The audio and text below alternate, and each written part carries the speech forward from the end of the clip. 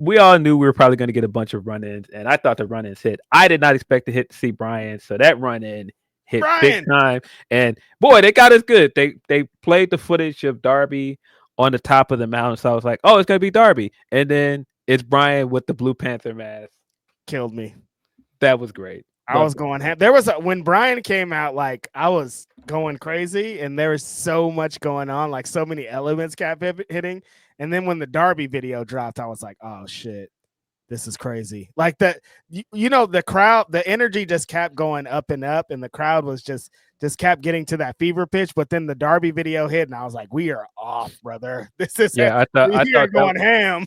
That was it. That was when Darby was going to have. But man, bringing the bag into it, and then that's when you bring Brian into play, and none of us expect to see Brian. That was great. Then adding Darby in it, Darby coming down from the rafters like Sting, great moment. Love that. Having all of that happen to lead up to the moment for Swerve to come out and be the last one. And before we see Swerve, it's Marina trying to go in the corner to get some more stuff to beat this guy down with. And she ends up getting handcuffed by Nana. And so by that point, the crowd knows Swerve is coming. So well executed throughout, man. All of the run-ins were just so well placed, and all of the little callbacks to get to it was so well done. It was so good. All the buildup needed to get to the last moment of Hangman doing this. Like they told so many stories, Phil. Like there's been so much talk about the build, and there was points where we thought it could have been Ospreay, and there's points where we thought Darby could have been the one, and all these things led to this moment, and for all of that to be executed and added into the match is crazy. Yes. Yeah, of course, the right outcome, the only outcome that we could get out of this. Hangman picking up the win after a sequence of events with that bed of nails that was horrifying. Horrifying. I'm not a fan of any of it at all, but I get it. But I thought it was gross. Horrifying. He, like I said, uses the chain to force Mox to tap out. Mox is hilarious. His sell of the chain, and he's like flailing around, screaming, and trying to get out of it, and then he eventually taps out. So good. Killed me. His face when he was doing that, acting like he was really about to die. Amazing. Yeah. Perfect comeuppance for him after what he did to Brian and everything he's done for this. Perfect ending to all of this.